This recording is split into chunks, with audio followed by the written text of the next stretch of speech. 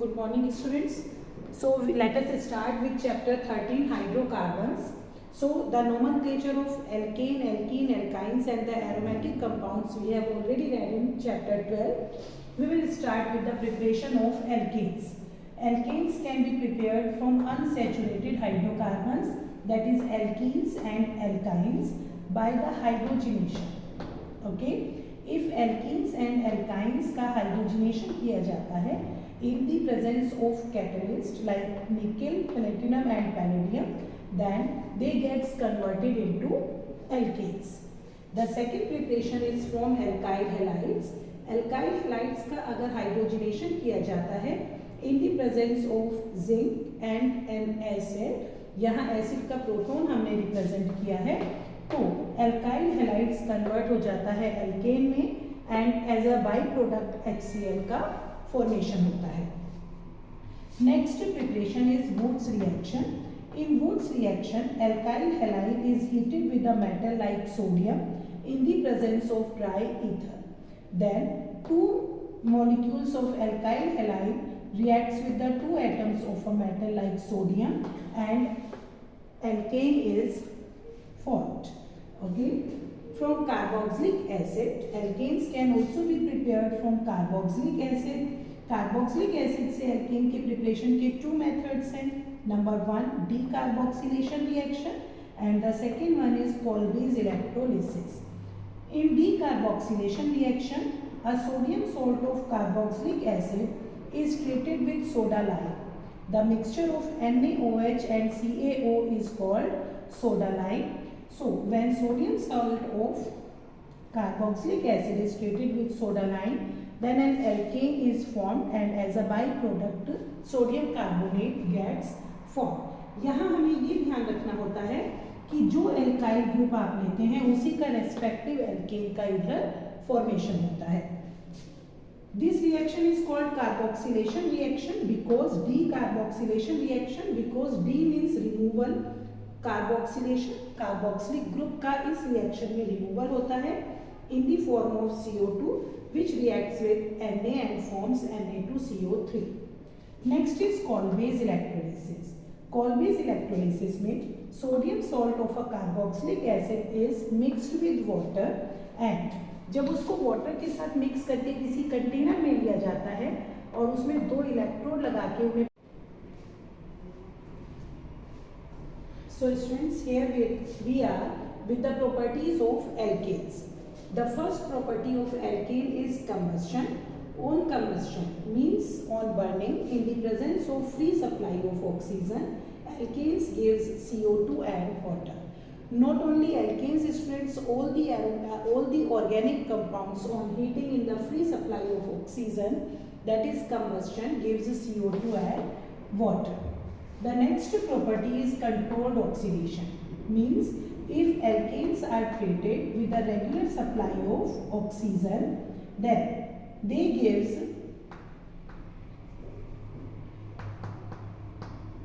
in the presence of different oxidizing agent, they gives different products. For example, if alkanes are treated with oxygen in the presence of copper, they gives alcohol. If they are treated with regular supply of oxygen in the presence of molybdenum oxide, they gives aldehyde, and in the presence of manganese acetate, they gives acid. Okay, so here we took one organic compound of one carbon atom. So the product contains one carbon atom, but if we will take two carbon atom, then the product will be of two carbon atoms only. Next is isomerization. Isomerization means when alkenes are treated with HCl in the presence of anhydrous aluminium chloride, then they gives their isomers. Okay, the isomers of the compound will be formed. For example, we took N-hexane here and on treating with anhydrous aluminium chloride or HCl, they gives 2-methyl hexane pentane and 3-methyl pentane. So they both are the isomer of normal hexane. Next property is aromatization. Aromatization means when alkenes are treated with chromium oxide, vanadium pentoxide at high temperature, then they gets converted into an aromatic compound. For example, normal hexane on treatment with chromium oxide or vanadium pentoxide gets converted into benzene. The next property is pyrolysis. Pyrolysis, normal hexane on strong heating like 773 Kelvin splits into its alkane, alkene, the smaller alkane, alkenes or alkynes. For example, so in this video students, we will study about the preparation of alkenes and the properties of alkenes. Let us start with the preparation of alkenes. Alkenes can be prepared from alkynes. अगर alkynes का hydrogenation किया जाए, means addition of hydrogen किया जाए, in the presence of palladium or charcoal, which is called Lindlar's catalyst, then a cis form of alkene is formed. लेकिन अगर यही addition of hydrogen sodium या लिक्विड अमोनिया की presence में किया जाता है तो ट्रांस एल्कीन्स का फॉर्मेशन होता है. तो आपको ये चीज़ ध्यान रखने वाली है कि केवल रिएजेंट के चेंज होने से दो अलग अलग आइसोमर्स का फॉर्मेशन होता है. In the presence of palladium and charcoal cis alkene is formed and in the presence of sodium और लिक्विड अमोनिया ट्रांस एल्कीन्स का फॉर्मेशन होता है. From alkyl halides, alkyl halides को अगर एल्कोहलिक KOH की प्रेजेंस में ट्रीट किया जाता है देन इट गिव्स एल्कीन्स. यहाँ से हेलोजन और हाइड्रोजन का रिमूवल होता है. That's why this reaction is called dehydrohalogenation. और क्योंकि हाइड्रोजन बीटा कार्बन एटम से रिमूव होता है इसलिए हम इसको बीटा एलिमिनेशन भी बोलते हैं. Third, alkenes can be prepared from vicinal dihalides. Vicinal dihalides वो हैलाइड्स होते हैं जिनमें दो एडजेसेंट कार्बन एटम पर हेलोजन ग्रुप्स अटैच होते हैं. तो अगर विसिनल डाइहैलाइड्स को जिंक के साथ ट्रीट किया जाता है, जिंक दोनों ही हेलोजन एटम्स को लेकर रिएक्शन करता है और जिंक हैलाइड का फॉर्मेशन करता है. Alkenes are formed. एल्कोहल्स के डिहाइड्रेशन से भी एल्कीन का फॉर्मेशन होता है.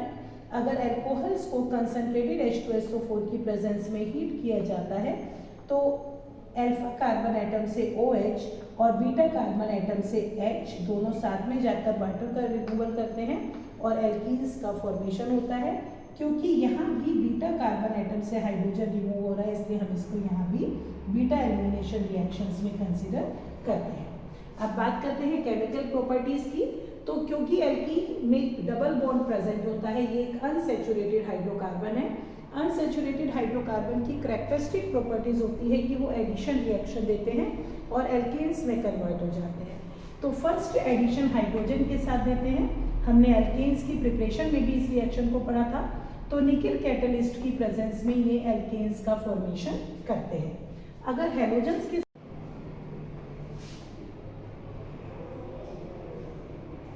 So the next property of alkenes are oxidation.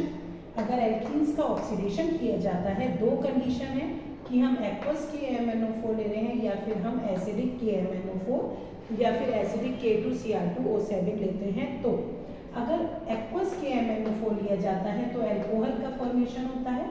For example, अगर इथीन का ऑक्सीडेशन किया जाए in the presence of aqueous KMnO4 तो ethane one two diol which is commercially called glycol का फॉर्मेशन होता है. अगर एसिडिक KMnO4 लिया जाता है तो यहाँ मैंने एग्जाम्पल दिया है 2-मिथाइल प्रोपीन का. ठीक है ना, दिस इज 2-मिथाइल प्रोपीन का अगर ऑक्सीडेशन किया जाता है तो this CH2 group gets converted into O. ये आपको याद रखना है कि CH2 ग्रुप का ऑक्सीडेशन हो जाएगा ऑक्सीजन O में एंड कीटोन का फॉर्मेशन होगा. This is propanone. Two methyl propene से बना है प्रोपेनॉन. ऐसे ही अगर हम ब्यूटीन 2 का ऑक्सीडेशन करते हैं एसिडिक KMnO4 की प्रेजेंस में तो 2 molecules of acidic acid will be form. Next chemical property है ozonolysis, means addition of ozone. तो अगर प्रोपीन का ओजोनोलाइसिस किया जाए तो 3 molecule of oxygen carbon carbon double bond पर अटैच हो जाएंगे एंड प्रोपीन ओजोनाइड का फॉर्मेशन होता है, which on treatment with zinc in the presence of water split हो जाता है दो एल्डिहाइड्स में, CH3CHO and HCHO। Next property polymerisation. अगर n मॉलिक्यूल्स ऑफ इथीन को हाई टेम्परेचर और प्रेशर पर हीट किया जाए in the presence of catalyst, तो ये सारे मॉलिक्यूल्स आपस में कंबाइन होके एक बहुत बड़ा मॉलिक्यूल बना लेते हैं, which is called a polymer. ठीक है, पॉलीमर के लिए आप इथीन भी हो सकता है, प्रोपीन भी हो सकता है। सो जिसका भी पॉलीमर होगा उसकी स्मॉलेस्ट यूनिट को हम कहते हैं मोनोमर। तो मैंने यह एग्जाम्पल लिया है इथीन का। अगर इथीन के n मॉलिक्यूल्स को हीट किया जाए हाई टेम्परेचर और प्रेशर पर इन द प्रेजेंस ऑफ कैटलिस्ट, तो इसके मॉलिक्यूल्स आपस में कंबाइन होकर एक लॉन्ग चेन बना लेते हैं, एक बड़ा मॉलिक्यूल बना लेते हैं, विच इज कॉल्ड पॉलीथीन। ऐसे ही अगर हम प्रोपीन लेंगे तो फॉर्मेशन होगा पॉलीप्रोपीन का। सो आपकी कोर्स के अकॉर्डिंग यही केमिकल प्रॉपर्टीज हैं। नेक्स्ट वीडियो में हम पढ़ते हैं alkynes. Thank you.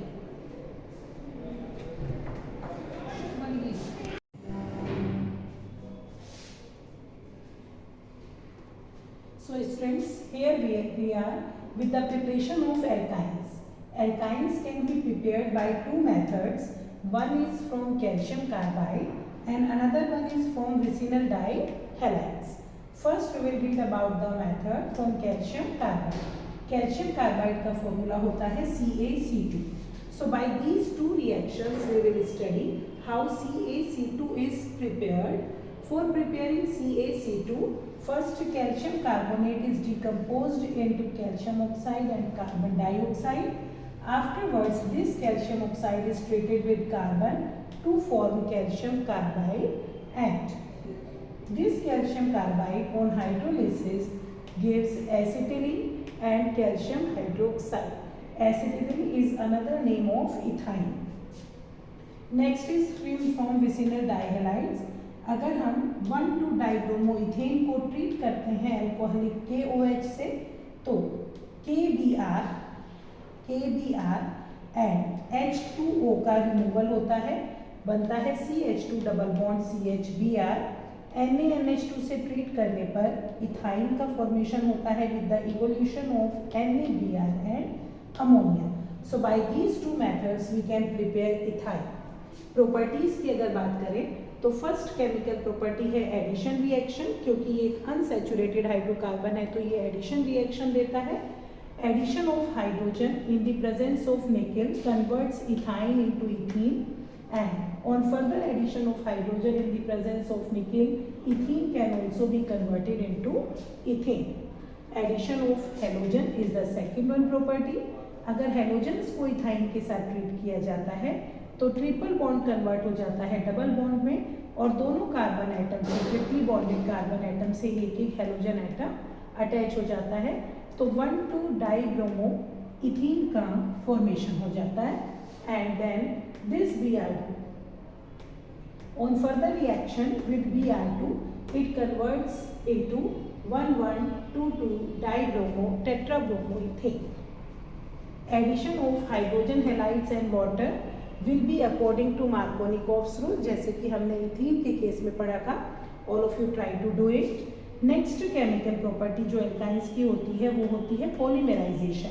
Polymerization is a process in which so many small units combine together at a high temperature and pressure to form a bigger molecule. This bigger molecule is called polymer, and the small unit